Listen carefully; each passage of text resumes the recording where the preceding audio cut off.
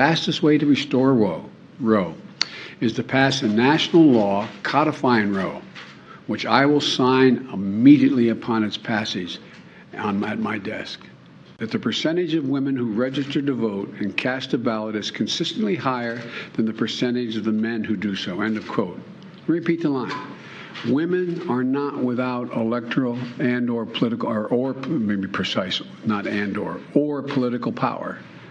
That's right now, in all 50 states in the District of Columbia, when tens of millions of women vote this year, they won't be alone. When you look back, did Democrats fail, past Democratic presidents, congressional leaders, to not codify Roe v. Wade over the past 5 decades? I think that, to be very honest with you, I do believe that we should have rightly believed, but we certainly believe that certain issues are just settled. Certain issues are just settled. Clearly we're not. No, that's right, and that's why I do believe that we are living, sadly, in real unsettled times. Be open to take your questions. Yeah, ma'am, Senator Marco Rubio is demanding the federal government not provide sick leave to federal employees.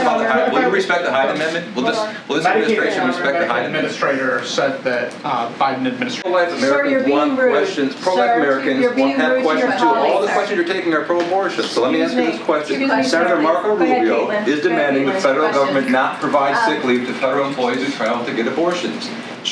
He says that would violate the Hyde Amendment. So what's your response? Sir, take a seat in the back. You're being rude to your colleagues and our guests. Go ahead, Kate. I'm not listening to the press secretary. I can stand right here and ask my questions. The president, Sir, please. Does this administration respect the Hyde Amendment, ma'am? Simple question. This is a real simple question. Do you respect the Hyde Amendment or no? You can't answer that? Michael, you can't answer that question? Sorry. So, And the Hyde Amendment, will you answer my question? Really simple. Hyde Amendment? Will you take any questions from our pro-life American audience at all? No, you'll just walk away. Okay. Thank you. And so there is a lot at stake. We cannot wait for Congress to act. Congress must act. But also we cannot wait for Congress to act, which is why the President, Joe Biden, this morning, earlier today, issued executive order. The President acted this morning, again, with an executive order. But we also need Congress to act, because that branch of government is where we actually codify, which means put into law, the rights that, again, we took for granted, but clearly have now been taken from the women of America. And that does have to happen, and we should not allow ourselves to minimize the significance of that, which is Congress needs to act. You don't have to abandon your faith, whatever that might be, to agree the government should not be making that decision for a woman. And so that's why I say, let women make those most intimate decisions. Let people make the most intimate decisions that are about what I call heart and home, which includes contraception, which includes same-sex marriage.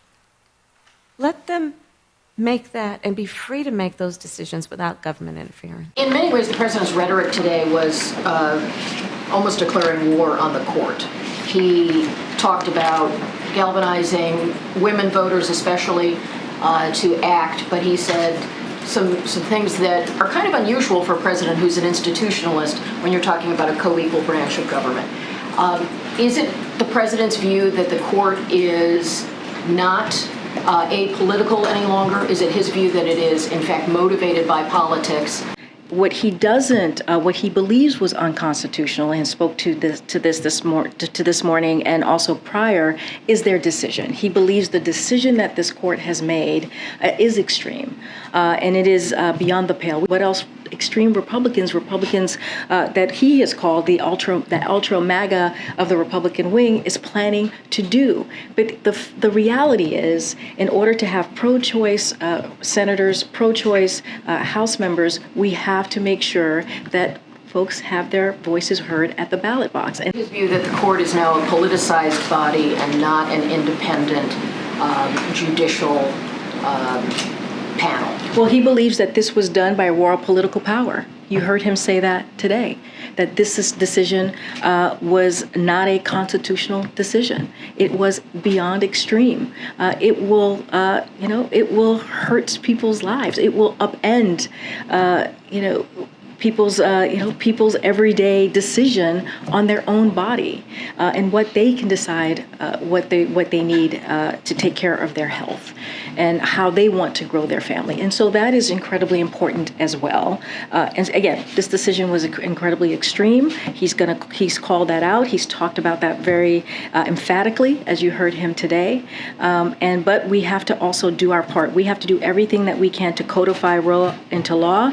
And the only way to do that is to make sure that Congress acts.